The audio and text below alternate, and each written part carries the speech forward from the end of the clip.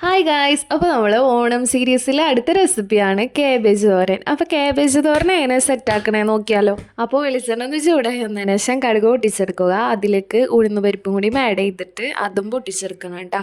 പിന്നെ അതിന് ശേഷം നമുക്ക് ചെറിയുള്ളി ആഡ് ചെയ്ത് കൊടുക്കും. പിന്നെ അതിലേക്ക് പച്ചമുളകും ഉപ്പും കൂടിയും ആഡ് ചെയ്തിട്ട് ചെറിയുള്ളി നന്നായി ഒന്ന് വഴറ്റിയെടുക്കാം കേട്ടോ. കേരളത്തിൽ ആദ്യകാലത്തിലില്ല, അതായത് 19-ാം നൂറ്റാണ്ടിൽ കാബേജ് ഉണ്ടായിരുന്നില്ല. പിന്നെ ഉണ്ടല്ലോ, യൂറോപ്യൻ വ്യാപാരികൾ വഴിയാണ് നമ്മളെ കേരളത്തിൽ കാബേജ് എത്തിയിരുന്നത്. അതുകൊണ്ട് തന്നെ ആ സമയത്ത് ആളുകളുടെ മനസ്സിൽ കാബേജ് ഇടം പിടിച്ചിരുന്നില്ല കേട്ടോ.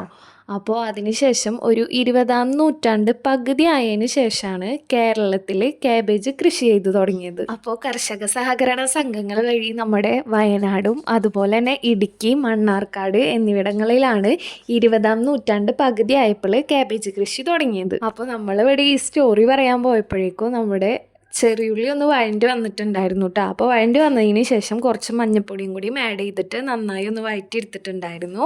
അതിനുശേഷം അരിഞ്ഞ് വെച്ചിരിക്കുന്ന കാബേജ് ആഡ് ചെയ്ത് കൊടുത്തു. എന്നിട്ട് എല്ലാം കൂടെ നന്നായി ഒന്ന് മിക്സ് ചെയ്തെടുത്തു. പിന്നെ കാബേജ് തോരൻ ഉണ്ടാക്കുമ്പോൾ ഞാൻ മൂടി വെക്കാറില്ല കേട്ടോ. മൂടി വെക്കാണ്ടാണ് വേവിച്ചെടുക്കാറ്.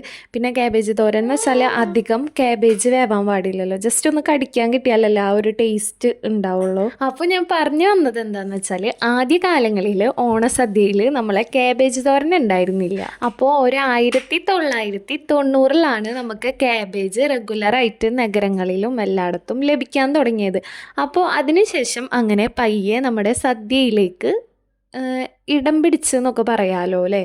അങ്ങനെയാണ് കാബേജ് തോരൻ നമ്മുടെ സദ്യയിൽ ഉൾപ്പെട്ടത്. അപ്പോൾ മഞ്ഞൾപ്പൊടി ആഡ് ചെയ്തതിന് ശേഷം ഉള്ളിയും കാബേജും മഞ്ഞൾപ്പൊടിയും ഒക്കെ നന്നായി മിക്സ് ചെയ്തെടുക്കണം. അപ്പോൾ അത് മിക്സ് ചെയ്ത് ജസ്റ്റ് ഒന്ന് വേവണ ടൈം കൊണ്ട് നമുക്ക് അതിലേക്കുള്ള അരപ്പൊന്ന് സെറ്റാക്കി എടുക്കാം.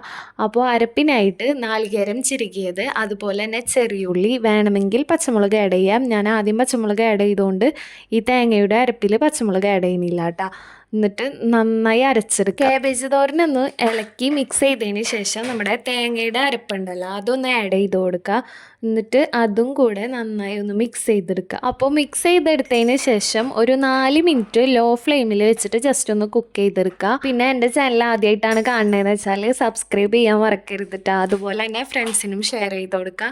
വീഡിയോ കുറേ പേര് സബ്സ്ക്രൈബ് ചെയ്യാണ്ട് കാണുന്നുണ്ട്. അപ്പോൾ മാക്സിമം ഒന്ന് സബ്സ്ക്രൈബ് ചെയ്ത് സപ്പോർട്ട് ചെയ്യുക. അതുപോലെ ഫ്രണ്ട്സിനും ഷെയർ ചെയ്യാൻ മറക്കരുത്. അപ്പോൾ ലാസ്റ്റായിട്ട് കുറച്ച് കറിവേപ്പിലയും കൂടി ആഡ് ചെയ്തിട്ട് മിക്സ് ചെയ്തെടുക്കുക. അപ്പോൾ കാബേജ് തോരൻ ഇവിടെ സെറ്റ് ആയിട്ടുണ്ട്. അപ്പോൾ എല്ലാവരും ഓണത്തിന് മറക്കാതെ ട്രൈ ചെയ്ത് നോക്കുക. എന്നിട്ട് ഫീഡ്ബാക്ക് ഒക്കെ ഒന്ന് കമൻറ്റ് ചെയ്യാം കേട്ടോ.